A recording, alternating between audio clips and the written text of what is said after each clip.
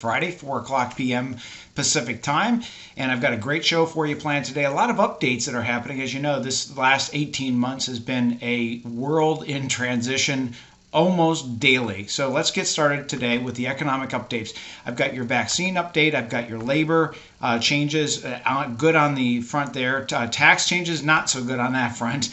Housing, not so good on that front. Stock market up really well. Tax versus investments. And then the econ map. So the vaccine tracker, hey, we're doing pretty good. We're up to 165 million doses in the U.S. as of today.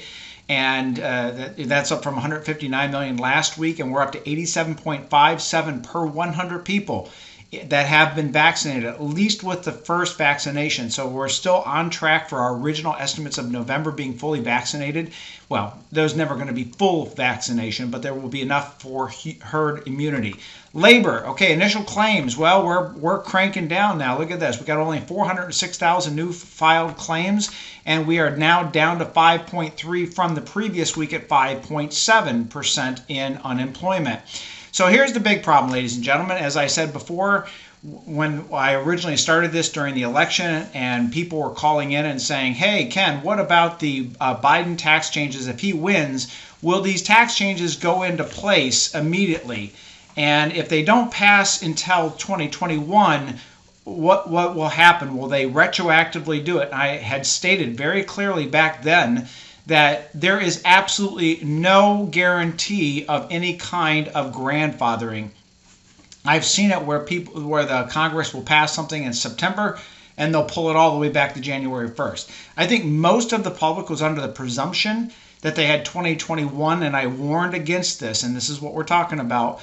This is going to be a horrendous tax year because of all the changes. Now, the big one is going to be capital gains tax changes, and that's assuming that, and Biden's already said it within his budgetary commentaries, that this plan is to go back to the beginning of April. Now, will they have a split tax year to say, if you sold before April? I don't know. I mean, that's the craziest thing in the world. And it's not this president. It's been every single political regime, if you want to call it that. There's no anticipation on a standard. So they could go back to January 1st. They could go back to April 1st. They could fight it out in Congress and come up with a compromise that it won't start until January 1st of 2022. What I'm saying is you should always have a worst case scenario plan.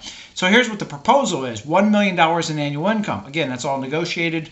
But again, the Democrats at this point can pass anything that they want without any kind of resolution from the Republicans. So let's take a look at worst case scenario. It's $1 million in annual income again, but this is including any kind of sale of a house, a business. It could be a cumulative amount of stocks at gains. So you have to be very careful not to cross over that, because literally it doubles the capital gains tax rate from 20 to maybe if you're at 23.8% with the Medicare surcharge, but the base rate is 20%.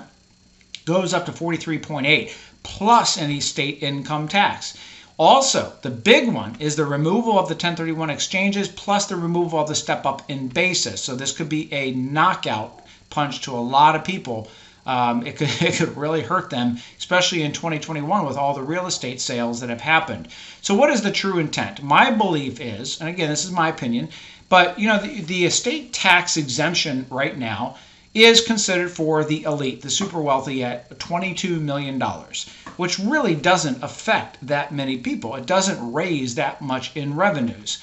Well, when you take away the step up in basis and you take away the 1031 exchanges, and you now start capital gains taxing people at a double rate, it's going to snare a lot more people. It's kind of what I call the new mini estate plan, or the mini estate tax. So it's going to affect just about anybody who's bought real estate, stock, or has a business that has any kind of considerable gain, or even anybody that has accumulated funds in retirement plans, because remember, the Secure Act that went into place last year, that now changes the actual tax that the beneficiaries pay. So this is a big one too. And why is there a new IRS? Well, some people claim that the elite or the super wealthy scam on their IRS taxes. Listen, it's not just the elite. I've had people come into my office. They want to try to hide money. They want to try. I've had people try to move money from, foreign countries and ask us how to do it and all these illegal kinds of crazy stuff. So you have to believe it's not just the super wealthy, it's people. And it's like race and any kind of other things. It's not based upon any kind of group. It's based upon the character of the person. You can get a character of a wealthy person, and they're not going to try to scam on their taxes. They might use every legal available method to reduce taxes, and then there's going to be some that hide taxes. We see that. You're going to get people that are making $50,000 a year. Some are going to use every legal method to reduce taxes, and then there's going to be some that will hide on taxes. So let's not put the wealthy into that group. It's character of people, okay? So the IRS, this administration now has funded what we are now calling the wealth squads. This does not mean that you have to be wealthy, because and some people will come into our office and they'll say, yes, but I'm a small fry. Let me explain. The IRS has a much easier time nailing the small fries than they do the big ones. Why? The big ones have literally teams of lawyers that can usually out-lawyer the IRS lawyers, and they can drag them out to where the IRS cannot afford that much in resources. So just because you think you're a small fry, do not do things illegally. Do not do things the hiding things that will never get outside the IRS's purview. Do things legally. Listen, there are plenty of legal ways to reduce taxes. It takes planning. It takes work, no doubt about it. But there are plenty of ways to legally do it. Well, this year, Biden has now allocated $5 billion towards these wealth squads. I should rename those, or we should rename those just towards audit squads. Because again, it's not going to be to just go after the wealthy. They're asking for another $80 billion to fund these squads. And one of the reasons is with the reduced number of employees at the IRS, and if you've had any dealings with the IRS in the last 2 to 3 years, you know all the incorrect letters that they have sent out, all the incorrect tax notices, not being able to get through to the IRS, the IRS agents hanging up on you and having to wait on hold for 3 hours, and still you can't get through. It's a big problem. Even though they've had that, they still performed 5 million audits. That's incredible that they could do that. But with this increased staff of 40,000 people that they're going to be adding to the IRS, the estimates are that they're going to double the number of audits. So if you've had this experience, and I can tell you 2019, 2021, or 2020 and 2021, in my close to 40 years in practice, have been the most horrendous, gut-wrenching years dealing with the IRS because of this reduced staff and this problem that we have. So one of the things we've done internally is for anybody coming into our office in 2021 tax prep year, we've added an insurance service that we're paying for. It's going on top of the tax returns. It's called Protection Plus. And what it will do is any of those CP 200 letters that you get, those nasty, threatening letters from the IRS, which we find out about 90% of them are incorrect, any kind of audits, any kind of things like that, there is going to be an insurance overlay on that. We'll be releasing more details shortly, but I would tell you that if you haven't done this yet, now's the time to do it. Well, tax planning. Well, how to tax plan? Well, number one, I think everybody needs to start creating tax scenarios. These are what-if calculations for each of the tax proposals. So right now, there's about 5 separate tax proposals in Congress. And I believe if you have a good financial planner, this is what we do for our clients, is they're going to be creating different proposals based upon each of those tax outcomes. And the minute that one of those passes, we know how to pivot, or at least your people should know how to pivot into that new tax plan. Each one of those outcomes needs to be measured, what the risks are. And what I mean by that is tax over investment priority. Let me give you an example. In 2020, it was one of the first times that we did 5 investment rebalances. Now, if you don't know what a rebalance is there are different kinds of investment methodologies. One is tactical, meaning that you are trying to market time and you're buying and you're selling. One is asset allocation. Well, statistics have proven over and over again, back tested over 20 years, 30 years, that asset allocation has the best performance overall with the least amount of risk. And guess what we use? We use asset allocation. That is where you have different asset categories and you are allocating a certain amount of the portfolio to each of those asset categories. When one of those categories gets out of tolerance, and what that simply means is that something goes up, and just because another category doesn't go up, it still gets out of balance because it's a lesser percentage as to what you originally targeted. So when one category goes up, like stocks have since January, what we do is we sell the stocks down to get back to the percentages that we originally allocated, and we buy into those things that have not gone up. So it's the old concept of sell high, buy low, right? Now, what that does is that usually creates a taxable event. So a lot of times what people will say is, but you are saying that we should be tax efficient. So I want to help you understand. There's a difference between being tax efficient and investment stupid. Investment stupid is where people say, I don't want to sell and because I don't want to take a tax event. Now, I want to go back to 1999. This is where the big tech blow up happened, right? People were making 20, 30%, 20, 30%.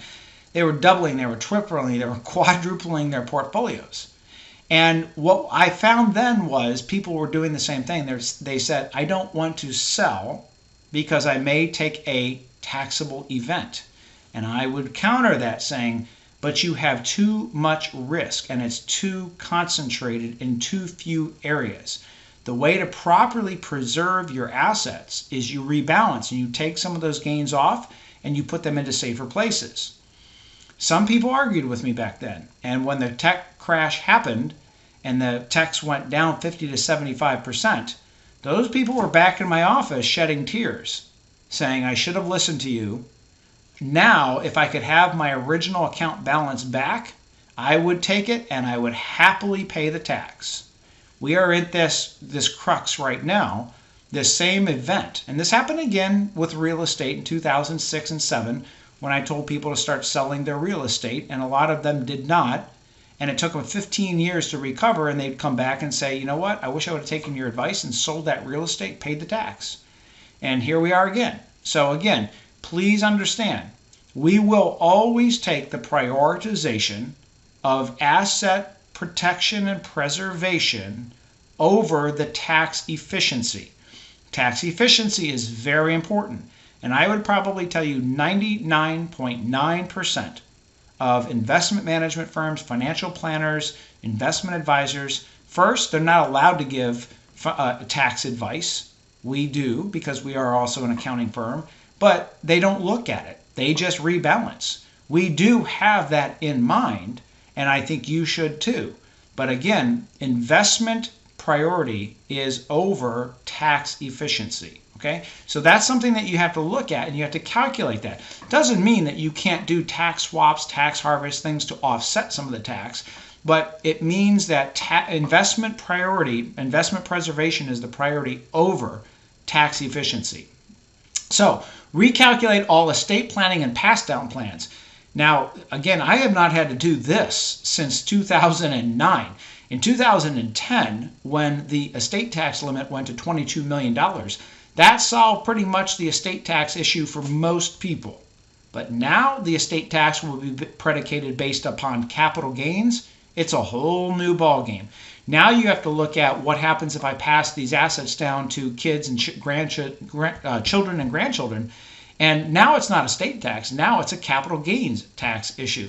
So that also has to be considered in all of your decisions, because you might actually be in a lower capital gains tax bracket than your children.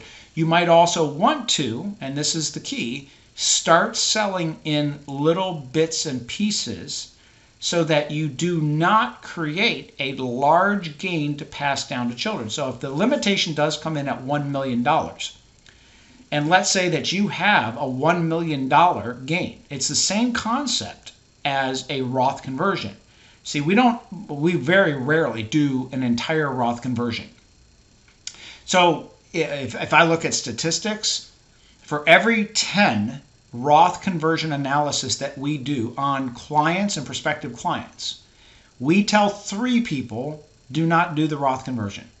But we do tell 7, at least we did in the past. That may change quite a bit now. We told 7 of them to do the Roth conversions. But here's what's interesting. Out of the 7 that we have told to do the Roth conversions, only about 1 out of those 7 have we ever told to do an entire Roth conversion in one particular year. Now, it might have been because they anticipated a much larger taxable year in the future, and with the amount that they had in an IRA, it wouldn't bump them too high of a bracket or a lower bracket than they might have been in the future. And there's a lot of different reasons. But what I'm saying is, out of the 7 that we did tell to do a Roth conversion, 6 of them, we told them to do it in little bits and pieces over years to stay within tax brackets. Now we're encountering the same situation with capital gains. So if they're going to tax the children and grandchildren on all the gains, what we don't want to do is to build up a large gain to pass on to them. Why? Because again, if you can pass a small gain, then they pay the lower capital gains tax. If you let everything build up, that's where the government's going to get them, and they're going to double the capital gains tax rate. So this is a very different planning methodology that we're about to encounter. So let's go back to the Roaring 20s playbook. I outlined this playbook, and I'm kind of checking off the lines as we're going through this same cycle. And we look back to the 1920s and 1918, the virus hits the world. 1919, the world gets locked down. 1919, 1920, the pandemic fatigue hits. People just break the rules. They get out and they start spending, right? They spend everything they have until their money runs out.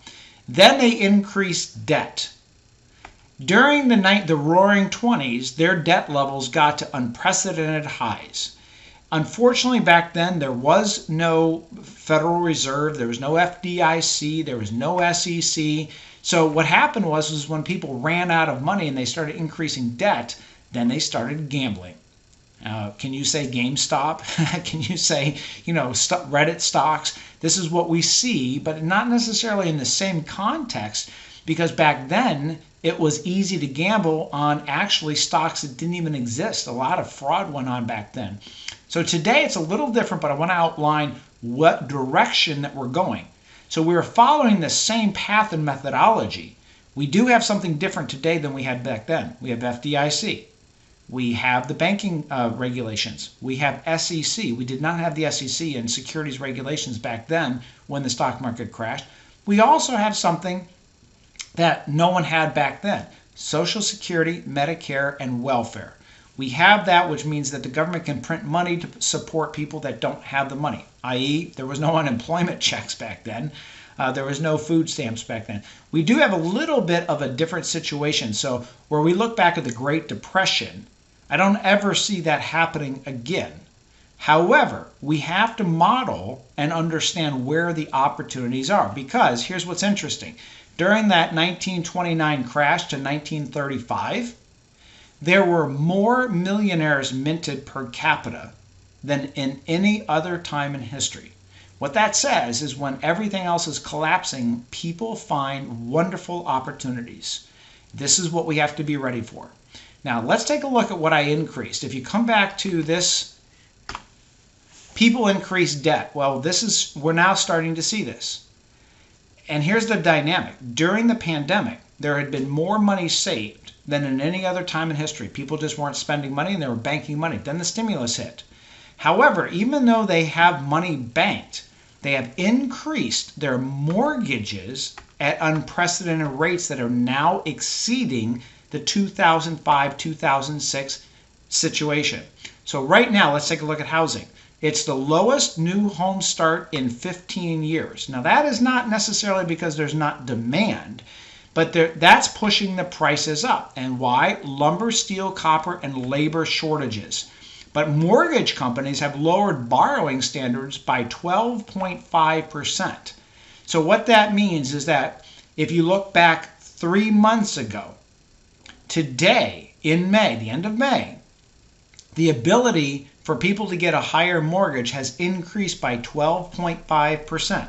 That means that the housing market is becoming more unstable because people are mortgaging up to a limit that has been higher since 2005 and 2006. And let's keep this in mind. There are still 2.8 million mortgages in forbearance. That has got to come home to roost soon. Oh, let's jump over to the stock market. Well, as of yesterday, the S&P 500 closed at 4,200 points. And if we look, that's an 11.8% increase just this year, which annualizes out to a 29% annualized rate. Let's take a look at what is suggested right now. Now, some of these I've been telling you every single week to do this. So please, if you haven't done these, please jump on this. This is how people in the 1929 crash made millionaires out of themselves. They took action. One, you have to shift to a paradigm portfolio. Now, that's going to go back to an early part of my conversation. I know that some of you are sitting on a lot of gains, and you've come into our office because our planners are telling me.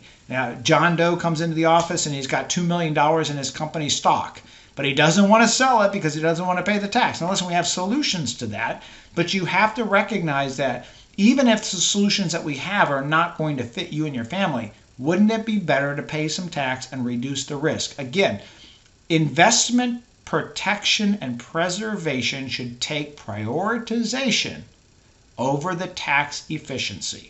Number two is refinance the real estate. Best time in history to do it. And get ready. Now, when I say cash up for real estate, I want to emphasize again. People have been listening to my show. They call in the office. They do an initial interview with one of the planners, and they're sitting on $500,000 in cash, $1 million in cash. And we ask them, what are you doing that for? Well, we're waiting for the real estate crash. I'm not suggesting that. There are places to put money right now that you can invest to potentially make money while you're waiting for the real estate market to crash. And what would be a better way to do it? Well, a better way to do it is have availability of loans so that you can take advantage when it does crash. Now, keep in mind, it doesn't always work because in the 2007, 8, 9 crash, a lot of the home equity loans and mortgages were pulled back. The banks canceled them. So don't make that your only way of operating. Consider tips. Treasury inflation protected securities. We went to a very high allocation of that last year because we anticipated a flash inflation situation. We are seeing that now, and we will continue to see that till September through December because of the shortages of the supplies, the materials, and labor. All right, let's take a look at rebalancing. We are going to be considering a rebalance. A lot of our portfolios have grown to such heights that we are measuring that risk versus the tax, and we may be considering a rebalance very soon. But again, you should be tax planning, because that's what we're looking at this year. All right, timeline of opportunities. This is our econ map. And this is on version 7 now. We started this back in February of 2020, and we're now on version 7. As certain economic indicators change, we change our algorithms to change our patterns. So one of the things that we anticipated is real estate staying about level, and we're seeing that now. We saw this jump up in about a 90-day period of time, but now it's actually coming back to the levels that it was in January, February. But we do see a decline starting to happen towards the end of the year into March of next year. That will be exacerbated by the foreclosures on the forbearances. And we're actually seeing right now that Bank of America and Citibank have resumed some of their foreclosures. Wells Fargo has said that they're going to delay their foreclosures towards the end of the year, but we're starting to see the banks come back and say, hey, you got to pay us. You owe us, you got to pay us. So that is a big change in what the concept was of all these banks waiting until September. Now we do see, and especially now that there's over 20 states that have pulled back the excess unemployment, and it's interesting. I see some of these commentaries about how horrible this is that certain states are going to pull back this excess unemployment. Well, I'm sorry. I don't believe, this is just my opinion, that a person working at McDonald's or Chipotle should be making $50,000 or $60,000 per year. That's what people go to school for. That's what people get educated for. That's what people, they strive and incentivize themselves. And if they don't want to, that's okay. I'm not judging and I'm not critical of those. If you want to work at McDonald's, no problem. That might be what makes you happy. You don't want to go out and make a career. But in the compromise of that, you also don't demand a salary of $50,000 to $60,000 a year. You shouldn't be making the same as an accountant that went to school. You shouldn't be making the same as a paralegal that went to school. Those are the average incomes for those professions. So this is what this excess unemployment has done. It has made these companies offer more just to get people back to pay them more than what they're getting on unemployment. This is a fact. I mean, when people are coming out and saying, I'm holding out for $45,000 a year as a person at the front line of McDonald's, we have a problem. We have a major problem. So I'm in agreement with these states pulling back this unemployment. Unfortunately, in any kind of situation, there are going to be people that get caught in both ways.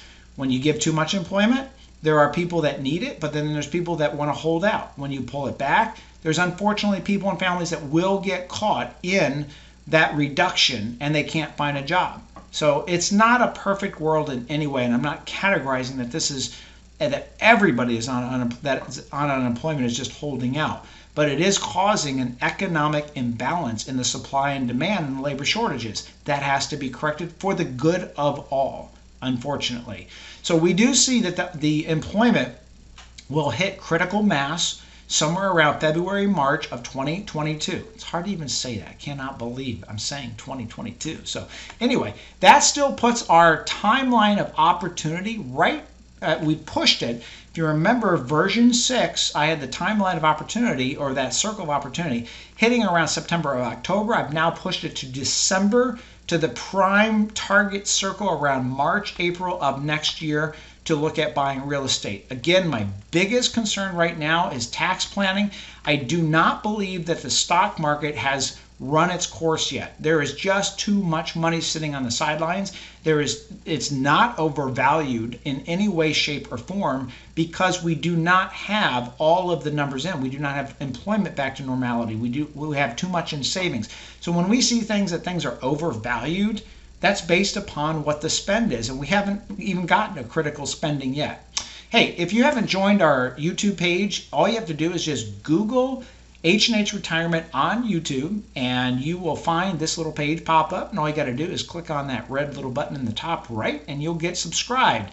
That way you can get back in. You can see there's videos, there's playlists. You can go back in and actually create your own video playlist of things that might be important to you to go back to. You can also find all of the older videos that we've done, both educationally and broadcast every Friday afternoon at 4 o'clock Pacific time.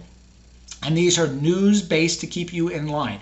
Now, we will have some great webinars coming up. I'm scheduling them out right now. Primarily, they're going to be on tax changes, on investment changes. A big one is going to be on retirement and health care. And those are going to be coming up probably starting in July. So stay tuned. With that in mind, hey, have a great holiday week.